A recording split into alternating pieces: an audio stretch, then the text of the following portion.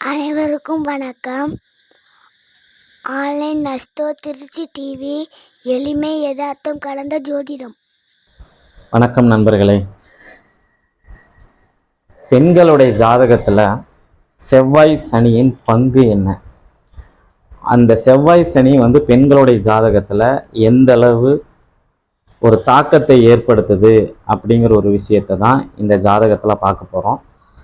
ஆண்களுடைய ஜாதகத்தில் இருந்தாலும் பெண்களுடைய ஜாதகத்தில் இருந்தாலும் விஷயம் ஒன்று தான். இருந்த போதிலும் பெண்களுக்கு கொஞ்சம் அதிகமாகவே இந்த செவ்வாய் சனியுடைய தாக்கம் இருக்கிறது. அப்படிங்கிறதுக்காக தான் இந்த வீடியோ போடுறேன். வணக்கம், நான் உங்கள் ஜோதிடர் ரவிச்சந்திரன், திருச்சி மேட்டுப்பாளையத்திலிருந்து. நம்மளுடைய வீடியோவை முதன்முறையாக பார்க்குறவங்க சப்ஸ்கிரைப் பண்ணிக்கோங்க, பெல் பட்டனை கிளிக் பண்ணிக்கோங்க, கீழே லைக் பட்டன் இருக்கும், அது பக்கத்தில் ஹைப்புன்னு ஒரு பட்டன் இருக்கும், அதையும் ப்ரெஸ் பண்ணிவிட்டு நம்ம வீடியோவை பாருங்கள். சரி, எதனால் இந்த வீடியோ போடுறேன் அப்படின்னு சொல்லி பார்த்தீங்கன்னா, முந்தைய காலத்தில் திருமணம் செய்யும்போது பார்த்தீங்கன்னா, பொண்ணு பார்க்க போகும்போது அவங்க என்ன பண்ணுவாங்கன்னா, பொண்ணுக்கிட்ட ஒரு 2 வார்த்தை பேசுவாங்க. கேட்கறதுக்கு மட்டும் அப்போல்லாம் பார்த்தீங்கன்னா பெண்கள் பதில் சொல்லுவாங்க. இப்போல்லாம் பார்த்தீங்கன்னா இப்போ பொண்ணை பார்க்க வரும்போது பொண்ணுக்கிட்ட ஒரு விஷயம் கேட்டிங்கன்னா, பொண்ணோட அம்மாவோ பொண்ணோட அப்பாவோ இவங்க தான் மாற்றி மாற்றி பதில் சொல்கிறாங்க.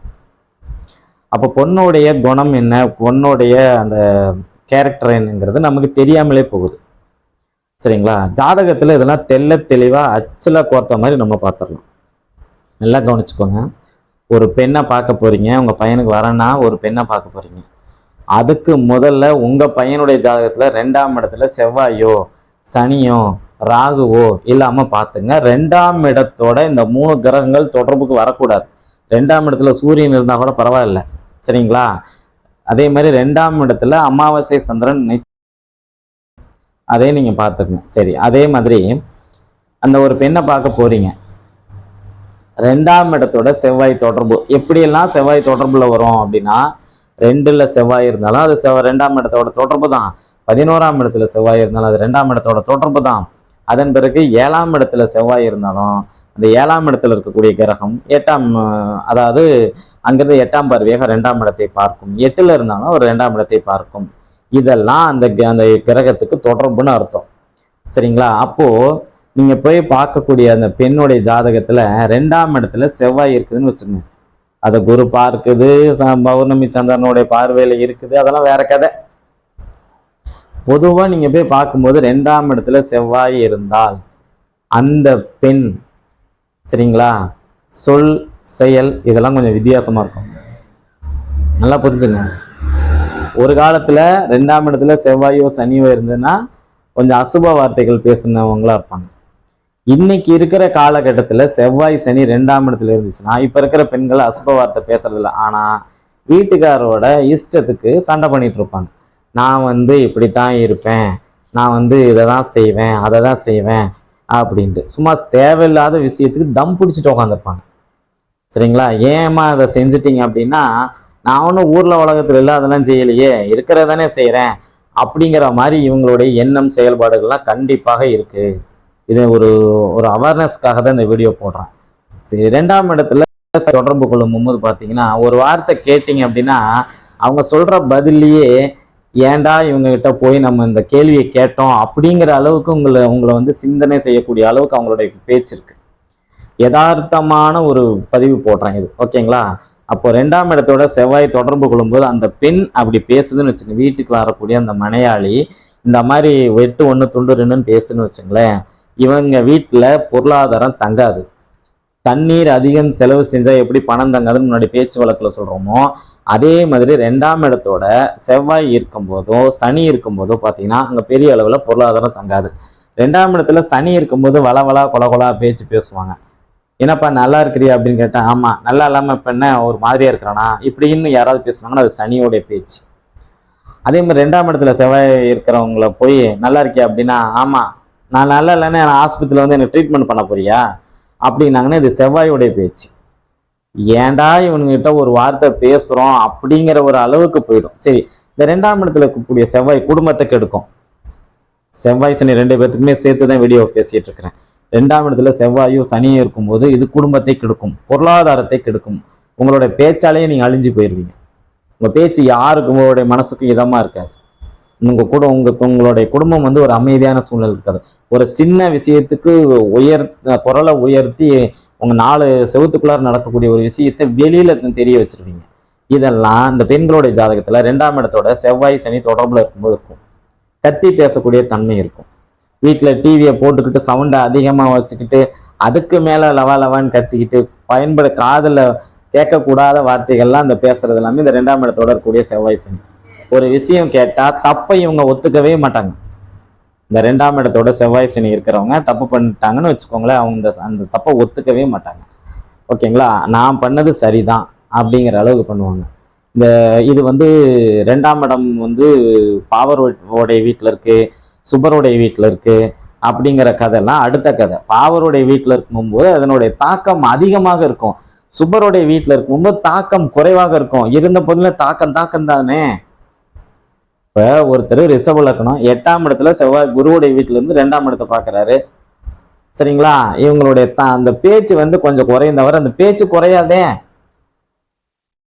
புரியுதுங்களா? இந்த மாதிரி விஷயங்கள் வந்து பாத்தீங்கன்னா இந்த குடும்பத்துல வருமானம் இழப்பையும் குடும்பத்துல நிம்மதி இல்லாத தன்மையும் நான் நிறைய ஆண்களை பார்த்துருக்கேன். காலையில ஏந்திரிச்சாங்கன்னா வீட்டுல இருந்து வெளியில வந்துட்டாங்கன்னா திருப்பி வீட்டுக்கு போற வேலையே கிடையாது. ஏன்னா ஏன் சார் அவங்ககிட்ட போய் நம்ம ஒன்று சொல்லுவோம், அவங்க ஒன்று புரிஞ்சுட்டு லவன்னு கத்திக்கிட்டு கிடப்பாங்க. நமக்கு இதெல்லாம் தேவையா?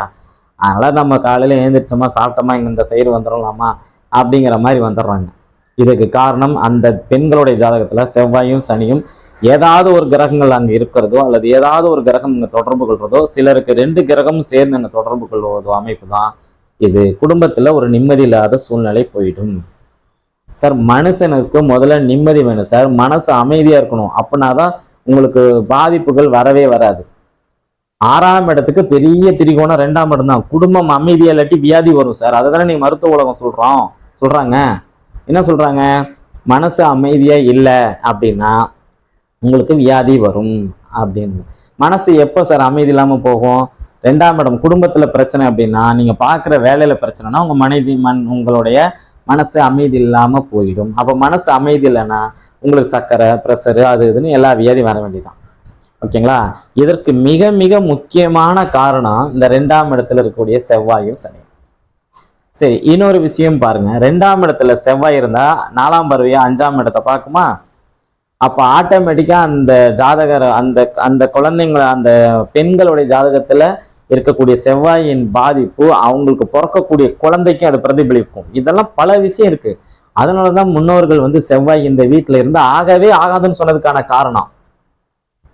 2ஆம் இடத்துல செவ்வாய் சனி இருக்கிற மாதிரியோ அல்ல சனி மட்டும் இருக்கிற மாதிரியோ ஒரு பெண் வராங்கன்னு வச்சுங்க, அவங்களுக்கு அவங்க குடும்பத்துல இருக்கும்போது பாத்தீங்கன்னா அவங்களுக்கு அவங்க அம்மாவுக்கும் ஒத்து போகாது. ஏன்னா அங்க சனி 3ஆம் பறவையாக 2ஆம் இடத்துல இருந்து 4ஆம் இடத்தை பார்த்து கொண்டே இருப்பார். அவங்க மகளுக்கு ஒத்து போகாது. தாயை தண்ணி துறையில பார்த்தா பிள்ளைய வீட்டுல பார்க்க தேவையில்லைன்னு சொன்னதுக்கான காரணம் இங்க இருந்து எடுத்ததுதான். அப்போ நீங்க ஒரு திருமணம் செய்யும் போது நீங்க போய் முதல்ல ஒரு வரன் பாக்குறீங்கன்னா 2ஆம் இடத்துல செவ்வாயோ சனியோ ஆட்சி பெற்றோ நட்பு பெற்றோ பகை பெற்றோ எந்த அமைப்புல இருந்தாலும் சரி, அந்த பெண்ணை திருமணம் செய்து சகிச்சுக்கிட்டு வாழக்கூடிய தன்மை இருந்தாலும் நீங்க தாராளமாக திருமணம் செய்யுங்க. ஏன்னா இன்னைக்கு சூழ்நிலை வேற. டெய்லியும் 2 அப்பாயின்மெண்ட் வந்து பாத்தீங்கன்னா ஒரு நாளைக்கு தினசரி அட்லீஸ்ட் ஒரு அப்பாயின்மெண்ட் ஆகுது. தாம்பத்திய பிரச்சனை, திருமண வாழ்க்கை சரியில்லாத பிரச்சனை, வீட்டுல அமைதி இல்லாத சூழ்நிலை, பொருளாதார பிரச்சனை, இதை சார்ந்த ஒரு கேள்வியை சந்திக்காத ஜோதிடர்களே இருக்க மாட்டாங்க. அவ்வளோ ப்ராப்ளம்ஸ் வருது. சரி, 2ஆம் இடத்துல இருக்கும்போது பாத்தீங்க அப்படின்னா இங்க வருமானத்துக்கும் பிரச்சனையாகும். இவங்களுடைய சொல்லே பெரிய சுத்தியில சண்டை கட்டிக்குவாங்க. இவங்க எந்த வீட்டுல அப்பார்ட்மெண்ட்ல இருந்தாலும் சரி அல்லது ஊரக பகுதிகளில் இருந்தாலும் சரி, அங்க இருக்கிறவங்களோட சுத்தியிலும் சண்டை பண்ணிட்டு இருப்பாங்க. இந்த அமைப்பெல்லாம் இருக்கக்கூடாது. அப்படின்னா 2ஆம் இடத்துல செவ்வாயும் சனி இருக்கக்கூடாது, தொடர்பே வரக்கூடாது. இந்த அமைப்பு இருந்தா கட்டாயம் அவங்க வந்து யாரோடையும் அவ்வளவு சீக்கிரம் ஒத்து போகணும். நிறைய ஒரு பெரிய ஒரு விஷயம் சொல்ற பாருங்க, 2ஆம் இடத்துல செவ்வாய் இருந்தா சுயநலமா நிறைய யோசனை பண்ணும். பக்கத்து வீட்டுக்காரனுக்கு பாம்பு கடிச்சு அவன் வயலில துடிச்சாலும் பரவாயில்ல, நம்ம நல்லா இருக்கணும்னு நினைக்கக்கூடிய அந்த சேடிஸ் பத்தியெல்லாம் இந்த 2ஆம் இடத்துல இருக்கக்கூடிய செவ்வாய் வந்து கொடுத்துருக்கு. நான் அனுபவ ரீதியா பார்த்துருக்கேன். என் குடும்ப உறுப்பினர்கள்ல அப்படிதான் ஒரு சில பேர் இருக்காங்க. என்ன பண்றது? ஒரு விஷயம் கேட்டோம்னா ஏன்டா இவங்க கிட்ட கேட்டங்கிற அளவுக்கு பட்டுன்னு பதில் சொல்லுவாங்க. நான் மனசுல நினைச்சுக்குவேன், உனக்கு இருக்கிற அதே செவ்வாய் கிரகம் எனக்கும் தான் இருக்குது, உனக்கு இருக்கிற அதே சனி கிரகம் எனக்கும் தான் இருக்குது. நீ இப்படி எல்லாம் பேச வந்து அவன் வாழ்க்கை இப்படி இருக்குது அப்படிங்கிற மாதிரி மனசுல நினைச்சிட்டு வந்துடும். ஏன்னா அந்த குடும்பத்தை பாதிக்கும் 2ஆம் இடத்துல செவ்வாயோ சனியோ இருக்கும்போது. அப்போ 2ஆம் இடத்துல செவ்வாய் சனி இருக்கிற பெண்கள் வந்து பாத்தீங்கன்னா முதல்ல தர்க்கம் செய்வாங்க. அது பாசிட்டிவா இருந்தாலும் சரி, நெகட்டிவா இருந்தாலும் சரி. வீட்டுல நீங்க வேலை செஞ்சாலும் பிரச்சனை, வீட்டுல வேலை செய்யலனாலும் பிரச்சனை, சம்பாரிச்சு கொண்டு வந்து கொடுத்தாலும் பிரச்சனை, கொடுக்காட்டியும் பிரச்சனை. இப்படி ஏதாவது ஒரு வகையில உங்ககிட்ட குற்றத்தை கண்டுபிடிச்சுக்கிட்டே இருப்பாங்க. இதுதான் அந்த 2ஆம் இடத்துல இருக்கக்கூடிய செவ்வாய் சனி படுத்துற பாடு. இது நிறைய ஆண்கள் ஃபேஸ் பண்ணிட்டு இருக்கிறாங்க. சரி, அதற்காக பெண்கள் ஃபேஸ் பண்ணலையான்னு சொல்லி நீங்க கேட்கலாம். இருக்கிறாங்க. ஆனா ப்ராக்டிக்கலா யதார்த்தமா இன்னைக்கு இருக்கிற சூழ்நிலை வந்து பாத்தீங்கன்னா, இன்னைக்கு இந்த 90 கிட்ஸுக்கு இந்த பக்கம் 90களில் பிறந்தவங்க எல்லாமே பார்த்தீங்கன்னா அவங்கவுங்க வீட்டுக்காரங்கெல்லாம் முடிஞ்ச வரைக்கும் நல்லபடியாக தான் வச்சுருக்காங்க.